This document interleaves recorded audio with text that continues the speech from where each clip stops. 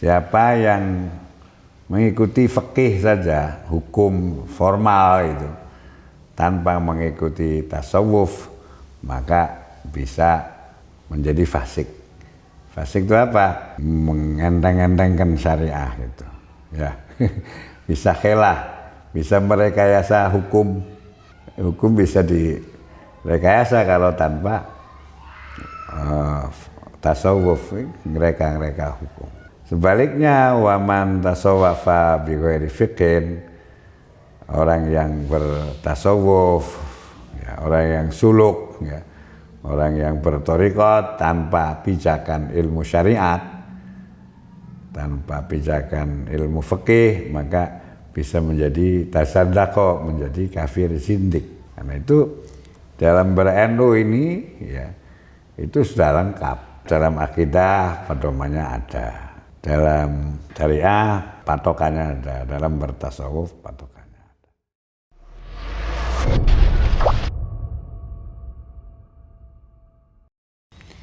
Nahdlatul Ulama itu ketika didirikan itu sebagai jamaiyah, ya. Jadi bukan kulturnya, bukan sekedar pemikirannya atau amaliyahnya, ya. Karena fikroh amaliyah itu sudah ada sebelum NU berdiri, sejak zaman para dai, para wali 9 itu Islam yang dibawa dari para dai itu adalah Islam yang sudah bermadhab Syafi'i, Islam yang sudah kompromi dengan budaya. Makanya kalau istilah Kiai Said, budaya sebagai infrastruktur dakwah Islam. Jadi sudah, kalau istilahnya bermadhab Syafi'i, subuh sudah kunut, gitu kan, bahwa kunut itu sunnah muakkad. Ya, soal marhaba, ya, soal baca barzanji, baca tibai, baca tahlilan, ya, itu sudah berjalan secara amaliyah sudah ada. Nah, itu NU ketika didirikan itu karena ada ancaman tadi, ancaman dari di Timur Tengah tentang berkembangnya Wahabi dan kemudian sudah mulai berpengaruh ke tanah air, maka para kiai pesantren mendirikan jam'iyah, namanya Jam'iyah Nahdlatul Ulama, sebagai jam'iyah dakwah diniyah ijtimaiyah, organisasi gerakan dakwah, ya, karena tidak ada yang lebih mulia daripada harakatul dakwah, ya, gerakan dakwah itu. Maka NU adalah jam'iyatul dakwah diniyah yang bersifat keagamaan dan sosial kemasyarakatan, ijtimaiyah. Nah, sebagai jam'iyah diniyah, Nahdlatul Ulama berfaham Ahlus Sunnah wal Jamaah. Ahlus Sunnah wal Jamaah itu yang seperti apa? Ahlus Sunnah wal Jamaah itu kalau dari hadisnya ma ana alaihi wa ashabi. Kata Rasulullah, Ahlus Sunnah wal Jamaah itu ma ana alaihi, ya, apa yang kita kerjakan dengan para sahabat-sahabatnya. Kemudian para sahabat ini, para Nabi memberi piulang pada sahabat, para sahabat memberi piulang pada tabi'in, para tabi'in memberi piulang kepada tabi'un. Kemudian para ulama membukukan syariat. Ada yang takhusus di bidang akidah, ada yang takhusus di bidang bahasa, nahwu shorof, ya. Ada yang takhusus bidang qiraatul Quran, ulumul Quran, ilmu tafsir dan tafsirnya.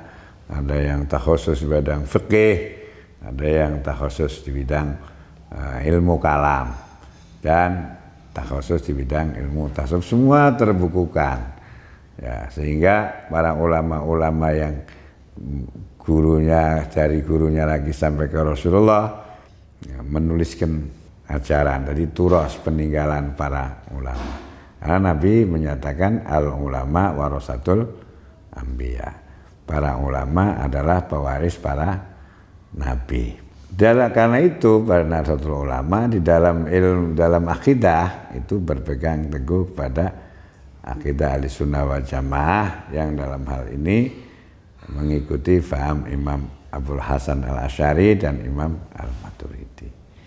Dan di dalam pengamalan syariah ya, itu mengikuti 4 madhab. Itu madhab Abu Hanifah, madhab Imam Malik, madhab Syafi'i, dan madhab Imam Ahmad bin Hanbal. Mayoritas penduduk Indonesia mengikuti, termasuk di Nahdlatul Ulama, itu khususnya madhab Syafi'i kan gitu. Nah, ini yang kemudian punya Imam Syafi'i misalnya, itu punya guru, gurunya punya guru lagi sampai ke Rasulullah Shallallahu Alaihi Wasallam. Maka Imam Singgiti menyatakan begini dalam qasidahnya ya, bagaimana tentang 4 mazhab itu mengikuti Arba'atul Khulafa'ir Rasyidin. Dalam syairnya itu begini Imam As-Singgiti itu, famalikun ala tariqati Umar wa Syafi'i ala Abi Bakrin Abal.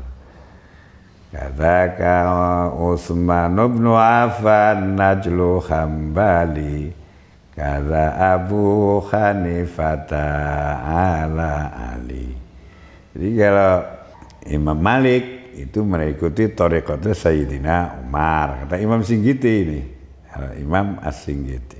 Imam Syafi'i mengikuti thariqatnya Sayyidina Abi Bakar. Imam Hambali mengikuti thariqatnya Sayyidina Utsman. Imam Abu Hanifah Nu'mani mengikuti thariqatnya Sayyidina Ali. Terus menurut syair tadi yang Singgiti ya. Jadi Nahdlatul Ulama mengikuti Ahlussunnah wal Jamaah di dalam bersyariat, mengikuti 4 mazhab. Nah, itu putusan-putusan Nahdlatul Ulama mencari dulu di situ. Yang kemudian ada thariqah manhajiyah, ada thariqah qauliyah. Secara metodologi mengikuti 4 mazhab itu, atau qauliyah, ada pendapat-pendapat yang sudah ada dari kalangan 4 mazhab itu. Kemudian di dalam tasawuf ya, itu mengikuti thariqahnya atau tasawufnya Imam Junaid al-Baghdadi dan Imam Ghazali. Kita kenal itu karena apa? Jadi kita kenal, sering dulu kita diajari di pesantren itu begini, kalau man tafaqqaha bi ghairi tasawufin tafassaqah. Siapa yang mengikuti fikih saja, hukum formal itu, tanpa mengikuti tasawuf, maka bisa menjadi fasik. Fasik itu apa? Mengenteng-entengkan syariah gitu. Ya. Bisa khilaf, bisa merekayasa hukum. Hukum bisa direkayasa kalau tanpa tasawuf, ngereka hukum. Sebaliknya waman tasawwafa bi ghairi fiqhin, orang yang bertasawuf, ya, orang yang suluk, ya, orang yang berthariqat tanpa pijakan ilmu syariat, tanpa pijakan ilmu fikih, maka bisa menjadi tasaddaqo, menjadi kafir zindik. Karena itu dalam ber-NU ini ya, itu sudah lengkap. Dalam akidah pedomannya ada, dalam syariah patokannya ada, dalam bertasawuf patokannya ada. Dalam berakidah patokannya Imam Abul Hasan Asy'ari yang sudah kita dalam kaum awam nahdiyin itu minimalnya ngaji Aqidatul Awam ya, yang sering dihafalkan oleh santri-santri kita, oleh TPQ kita di majelis-majelis taklim. Allah wujud kidam baqo mukhalafatul lil hawadisi liyamuhu binafsihi wahdaniyat qudrat iradat ilmu hayat sama basar kalam qadiran muridan aliman hayyan sami'an basiran mutakaliman. Dengan berbagai, tentu di berbagai tempat punya gaya melantunkannya beda-beda. Itu panduan alun berakidah. Jadi merujuk pada pelajaran itu. Ya.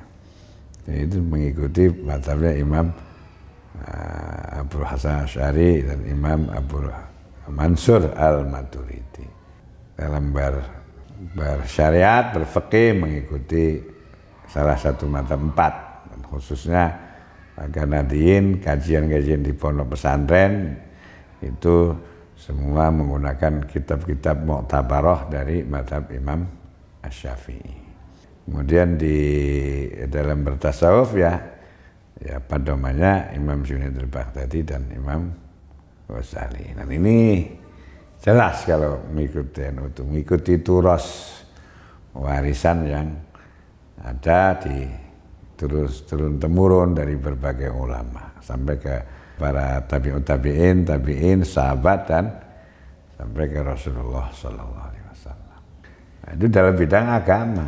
Kalau di dalam istimaiyah ya kemasyarakatan, ya seluruh kebutuhan manusia, ya, bidang sosial, ekonomi, ya, saling tolong menolong dan mabarot dan lain sebagainya, itu dalam soal kemasyarakatan. Ya, kepedulian Nahdlatul Ulama dengan berbagai lembaganya itu bergerak di berbagai bidang dakwah, bidang pemakmuran masjid, bidang pendidikan, ada ma'arif, ya, bidang kepesantrenan, NU punya Rabitatul Ma'ahid, ya. Kemudian di bidang ekonomi punya LPNU yang harus bergerak, ya. Kemudian untuk melanjutkan gerakan Nahdlatul Tujar dulu, ya. Kemudian lembaga-lembaga lain, ada LKK, Lembaga Kesehatan Keluarga, ada kesehatan, ya, LKNU, ada macam-macam ada banom-banom kayak untuk ngurusi ibu-ibu muslimat, gitu. Ada fatayat, ada pemuda, ada ansor, ada. Nah, itu semua dibentuk oleh Nahdlatul Ulama, banom dan lembaga sesudah berdirinya Nahdlatul Ulama sebagai tangan gerakan Nahdlatul Ulama. Nah, itu semuanya harus bergerak sesuai dengan namanya, Harakatul Dakwah Diniyah Ijtima'iyah, gerakan dakwah keagamaan dan kemasyarakatan.